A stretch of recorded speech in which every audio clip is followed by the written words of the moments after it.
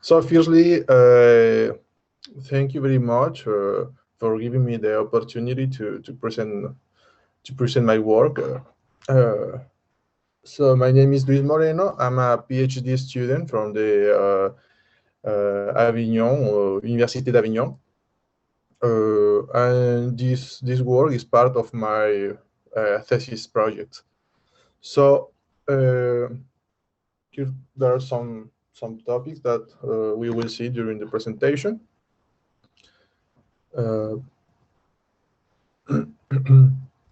So firstly, I must to highlight the importance of the linguistic corpora that linguistic corpora have for machine learning models, and more specifically for natural language processing. Some examples of natural language process or processing models are model language analysis, automatic text generation, models for text classification, translation models. All these kind of models needs a corpus with a coverage dimension to be trained, to be learned. Then we have also the computational creativity domain. This is a deeper research area where artificial intelligence, PLN, and creative process study converge to give us a new paradigm for the creation of artistic artifacts. For example, music, poems, poetry, paintings, and other artifacts, another artistic artifacts like those are examples of objectives or elements that are created using models in computational creativity area. So for doing all these artifacts, having a good and a correct corpus is very important. So during our research, we find that the most of published corpora or published linguistic corpora contain a very high-level formal language.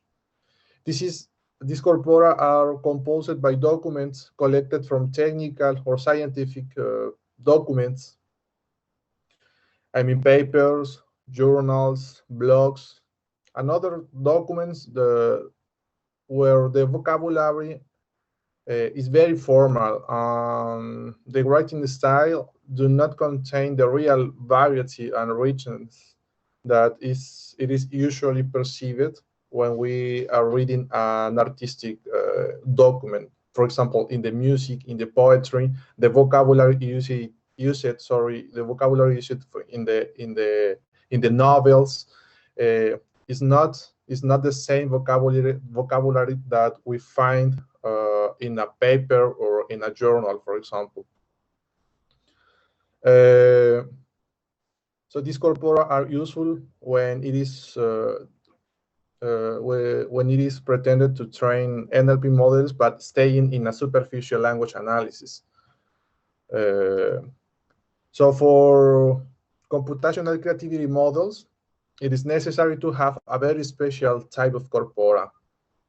I have said this corpora must contain the correct elements, to be processed and learned. Since my thesis project is focused in the generation of literary text, in this work we are proposing a new corpus with an acceptable dimension and containing only literary documents, literary text, where relevant elements can be detected, like literary figures, like the rhyme, for example, or paraphrases, or these kind of elements, and a styled vocabulary. As I have said, the vocabulary is not the same between literary text and scientific or technical text with emotional threads and different writing styles. This is also very important for stylometric analysis or studies. There are some related works in this presentation. I put only some of them. Here you can see three works where different corpora are proposed.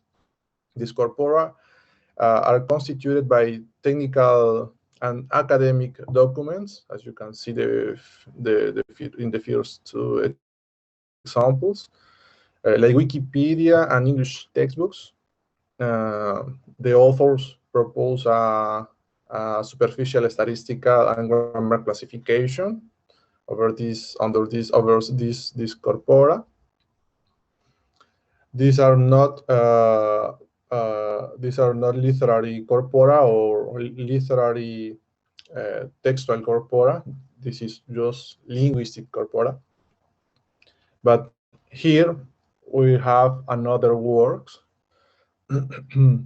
with this kind of corpora with literary text.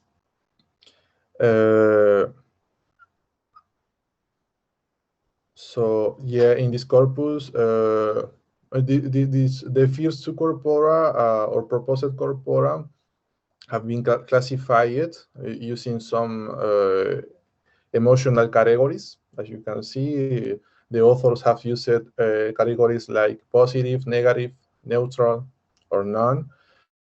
The documents into this corpus, for example, in the first corpus, which name is task, the task corpus, have been classified into those categories. Then the second one, we can see that the authors have chosen some other categories like satisfaction, happiness, love. So the documents in this corpus have been classified into those categories. And then in the last one, the list corpus, is a smaller corpus containing only 700 of literary sentences. These sentences are classified into some emotional categories also. Maybe this corpus cannot be used for training models, but this is an adequate corpus for the evaluation phase within. So this is just to see some related works. Now I will to detail the proposed corpus that we have named as Megalite. As I've said, we have named this corpus as Megalite. It has been composed by 5,000 of documents in Spanish for the moment. In the documents originally in this corpus, all documents were in different formats that later were unified into an only format. We have chosen UTF-8 format to facilitate to researchers to process this corpus. Some documents or some works in this corpus are translated. We choose only translations from recognized institutions. Approximately 1,000 writers are included in this corpus, so we can make a study of how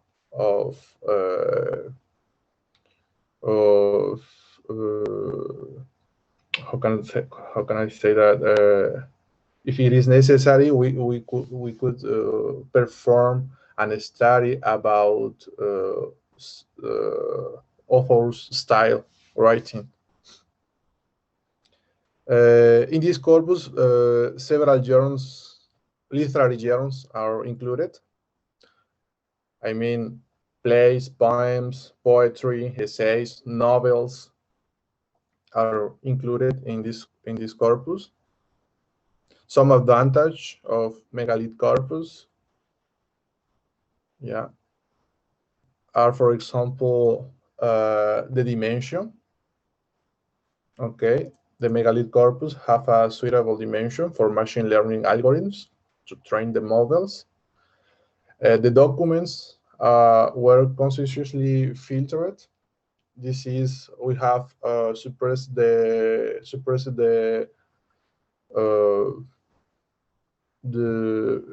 some symbols or curated or mutilated words that could make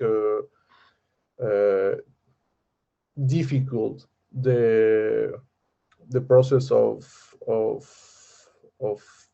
training the different models. Also, we have the variety in the vocabulary and literary genres. As I have said, in this corpus, we have several literary genres, poetry, poems, and those. Then we have some limitations. However, many actually, in this corpus, we have, or we can detect many auxiliary sentences.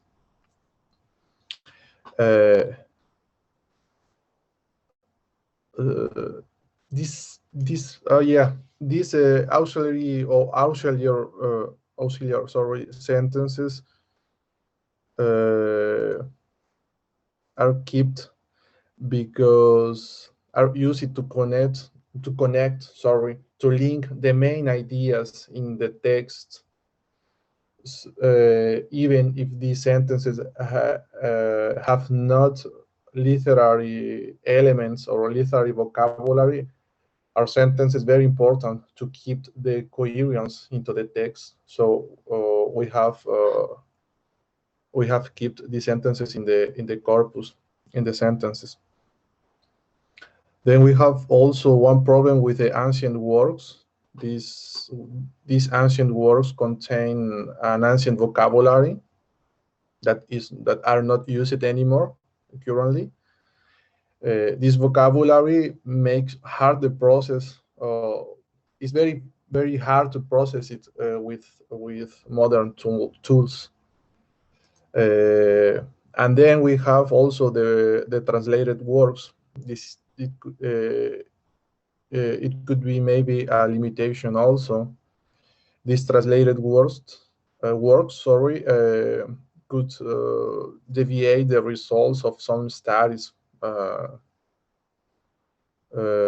But this is out of our research purpose. So we have only kept formal translations. And yeah. So the documents in the Megalite, this is very important because the documents in the Megalite corpus belongs to a personal collection. So for some copyright facts, we cannot distribute the original documents. Okay. However, we are proposing this corpus with different resources.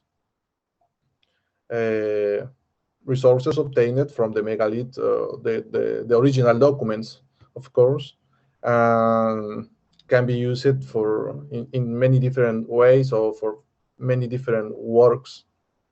So the first resource that we are proposing is a table of embeddings, of course, trained with a Megalite document, with a Megalite corpus, and the following parameters. So here, some hyperparameters that we have established for make the training. We have obtained 420,000 embeddings as a result of this training. So we can say that it's a table of embeddings with an important dimension. Here you can see 3 examples of our embeddings. As I have said, the Megalite corpus is composed by documents in Spanish. So here you can see the query or the keyword The keyword are in Spanish. I have put here the translation.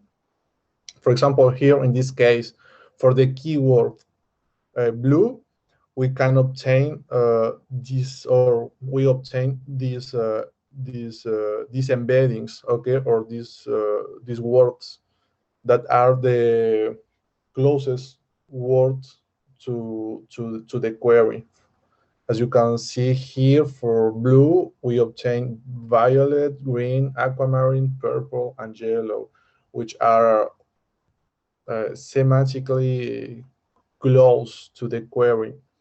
Then we can see for this query, the query woman, the closest words to this word, to this query, are girl, old woman, little girl, child, young lady. So we can see that the training process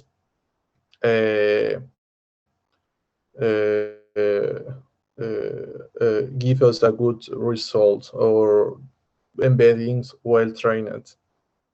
So the table with these embeddings pre-trained are provided. Then,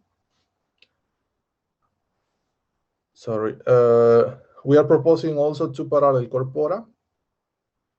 And the first one is composed only by post tags. We processed the entire Megalite corpus with Freeling. Freeling is a tool which performs a morphological analysis, recovering the whole grammatical information of each word in the corpus, and give us this information under a post tag format. So, sorry. This is an example of a post tag. Okay, so each letter in this tag provides a specific grammatical information. For example, if it is a verb, a noun, an adverb, okay. Also give us information about the conjugation, a number, if it is plural, singular, okay. All the information, all the grammatical information are provided into these post tags. So these post tags are given by or retrieved by Freeling, by a tool which name is Freeling. Freeling works well for Spanish, French, English, Portuguese. So it's a very complete tool. We replace every word in the corpus for its corresponding post tag, and as a result, we obtained a parallel corpus of Megalite. The second parallel corpus, for this version, we perform the same analysis with Freeling, but this time recovering the basic form of each word. I mean, without conjugation, in singular form, and male gerund. Okay. In this example, I put these sentences in Spanish, but okay, this is the original version, and here is the version with the basic forms. This basic form is usually called lemma. Okay.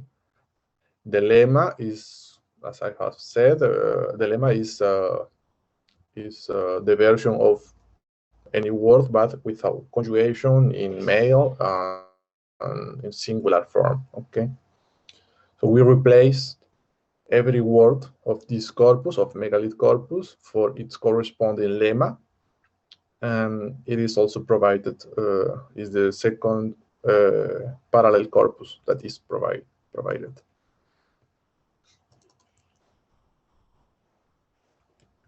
Then we also propose a statistical model language analysis.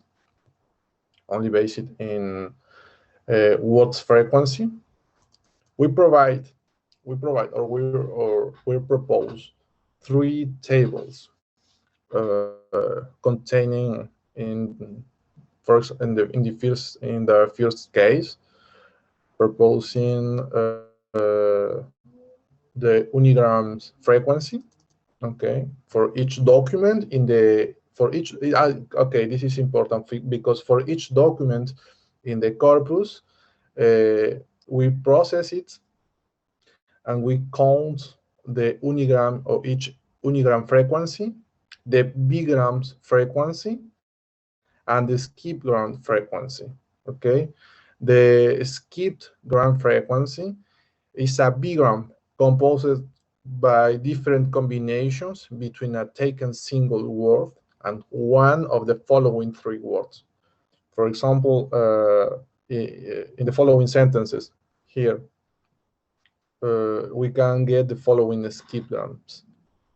If we have this, the kids are playing the garden, we have this word there, and then we combine it with the following word, kids. So we have bigram, the first bigram, and then the second, the first skip gram. The following skip gram could be the and the verb are. Okay, we skip the first word and take the 31. And the following skip gram could be the and then playing. Okay, we perform the same analysis for the whole document, and we count the frequency of each skip gram also. So this gives us 3 different tables with this superficial analysis.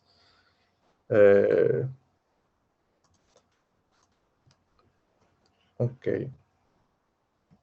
This corpus, the Megalite corpus, has been used in some works. Okay. So an older version of this corpus, because this is this version of Megalite corpus is a new version, but the older version has been used in other works, in some works. So here I'm gonna only talk about 3 works, 3 models that have used this an older version of Megalite corpus. For example, in this first one, it is proposed a model for text generation incorporating a canned text method using post tags and a word-to-vec model trained with the older version of Megalite corpus. Then we have the second one. In this one, the authors proposed a reinterpretation system of the embeddings trained with the Megalite corpus for the same purpose, text generation guided by emotions. Okay, we can see that, okay, the result, the evaluation give a well results. Then we have another work where the authors used the previous models and incorporate a pattern analysis for 2 authors' documents. Here, the authors have used the works from these authors, okay, Gatt and Edgar Allan Poe. So using these works, the authors have performed this pattern detection to detect some linguistic styles. They have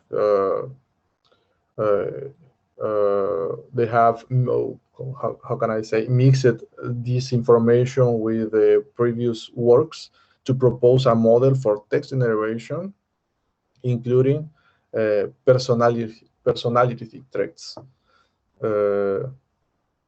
So yes,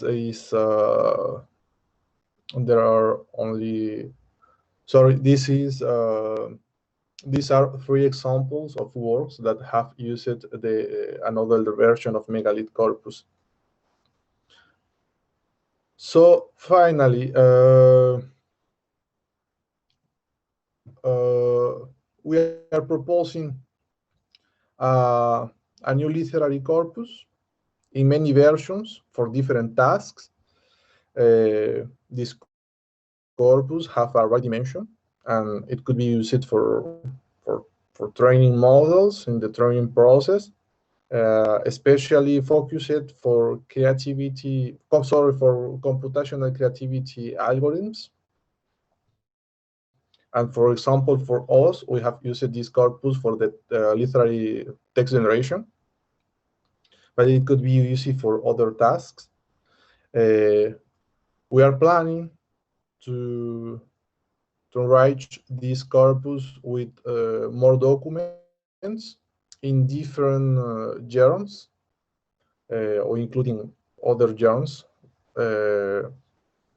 Also, we have planning to include other languages into this corpus, maybe French or Portuguese. In the most of related works, we have seen that. We saw that the published corpora are composed mainly mainly by English documents. So we are not planning to include in this corpus English texts, but other languages, like I have said, French or Portuguese or Italian, maybe.